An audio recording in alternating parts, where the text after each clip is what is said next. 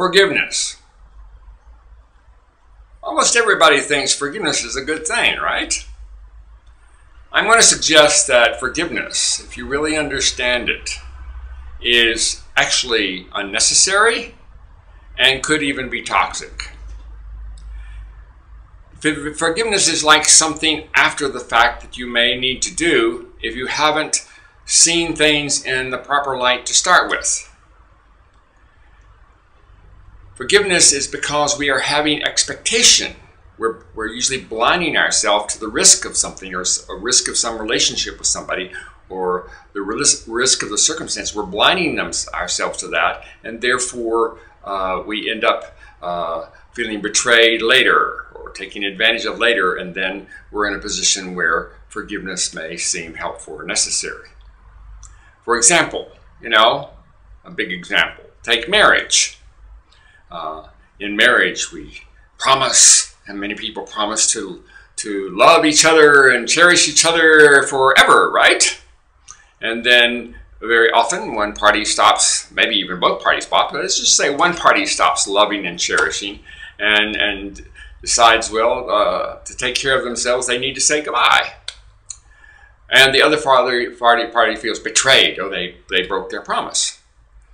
So this is a situation where the person who feels betrayed, if they had really kept their eyes open and accepted the full risk of marriage and the full risk of that people can change their mind, right?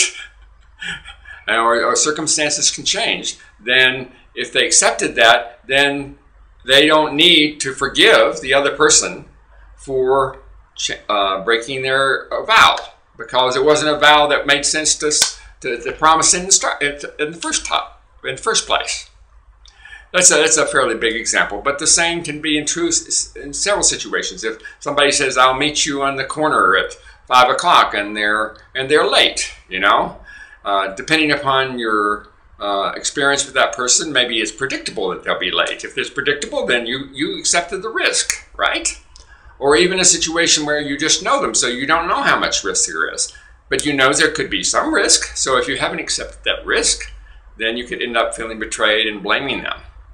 But if you fully embrace that risk and fully let go of those expectations, then forgiveness is not needed at all. Now, I said earlier, forgiveness can actually be toxic, because sometimes the way we think about forgiveness is we're going to go back to square one. We're going to go back to the beginning and give the person as much trust, if you will, as we gave them before. But if you have new information about how this person behaves, and say they don't return the money that you lend them, and you keep lending them more money, saying, "Oh, well, I forgave them, so I should lend them more money again."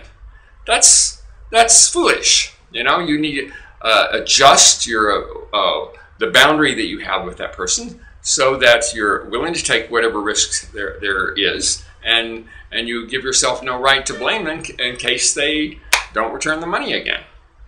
So this is why I think forgiveness indicates that you've got a missing part of how you need to see the world and the risk of the world, and accepting and embracing that risk of the world, and being able to have goodwill towards others, almost regardless of what they do, because you're the one taking 100% responsibility. And if you take that 100% responsibility, then you won't feel betrayed, and forgiveness won't be necessary. Try it, you'll like it.